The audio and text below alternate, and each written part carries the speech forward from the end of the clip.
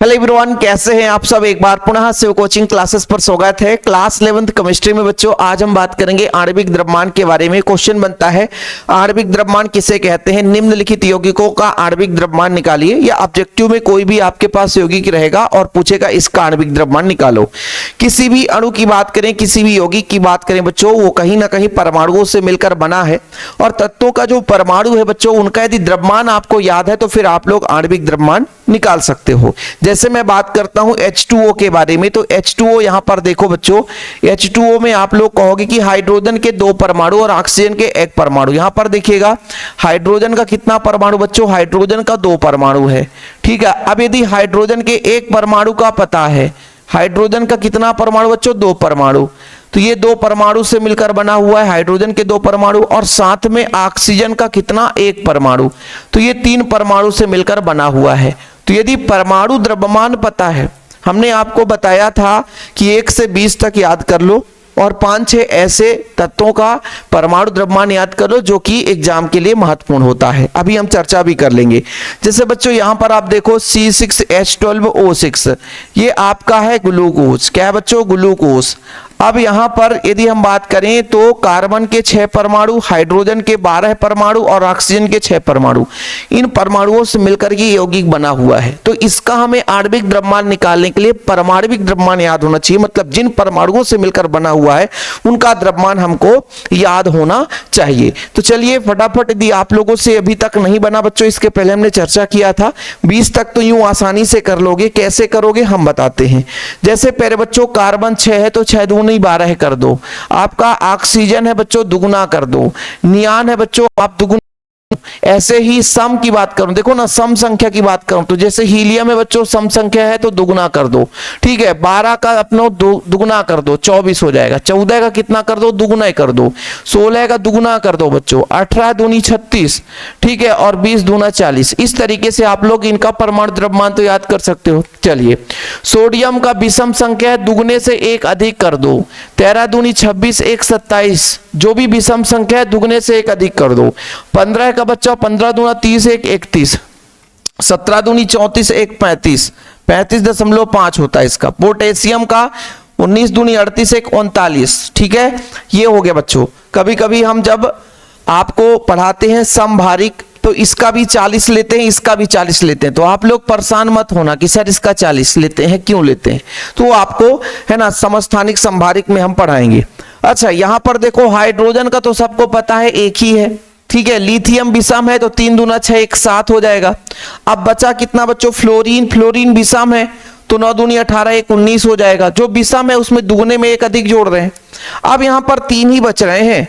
जैसे आप लोग देखो बोरान की, तो बोरान में क्या है, विषम है तो 1 अधिक होना चाहिए, लेकिन ऐसा नहीं होता।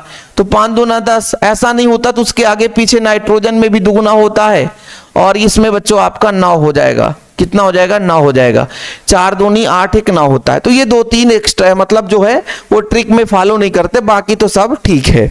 अब यहां पर आप देखो, जैसे क्रोमियम का बामन होता है आयरन, क्रोमियम का Cr होता है, आयरन आपका Fe होता है, कॉपर Cu है ना, जिंक का Zn होता है, ब्रोमीन का Br होता है, सिल्वर का आपका Ag हो गया, आयोडीन का अपना I हो गया।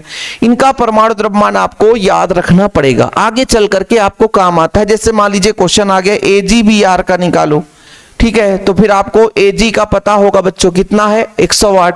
Br का 80 जोड़ दोगे 188 हो जाएगा। तो इस तरीके से ये 5-6 और जो परमाणु है इनका द्रव्यमान याद रहना चाहिए, बाकी 1 से 20 तक तो आपको याद हो ही गया होगा। चलिए अब देखते हैं हम किसी भी यौगिक का आणविक द्रव्यमान। सबसे पहले बात करते हैं NaOH का आणविक द्रव्यमान। NaOH तो आप लोग निकालोगे सोडियम। सोडियम का परमाणु क्रमांक 11 है, तो 11 दूना 22, 1 23 इसका हो जाएगा परमाणु द्रव्यमान। ठीक है बच्चों, कितना हो जाएगा, 23 हो जाएगा। कितना हो जाएगा, 23 हो जाएगा। ऑक्सीजन का परमाणु क्रमांक 8 होता है, तो दुगुना करोगे बच्चों परमाणु द्रव्यमान 16 हो जाएगा। और हाइड्रोजन का 1 होता है, टोटल हो जाएगा आपका 40। क्या हो जाएगा, 40। यदि मैं आपसे कह दूं H2O का आणविक द्रव्यमान, H2O का आणविक द्रव्यमान, H2O का आणविक द्रव्यमान, H2O का आणविक द्रव्यमान, तो कैसे निकालोगे। यहां पर देखो हाइड्रोजन की संख्या कितनी है, 2 है, और एक हाइड्रोजन का एक ही द्रव्यमान होता है बच्चों। ऑक्सीजन की बात करते हैं तो ऑक्सीजन का होता है 16, तो कितना हो जाएगा टोटल 18 हो जाएगा। कितना हो जाएगा 18 हो जाएगा।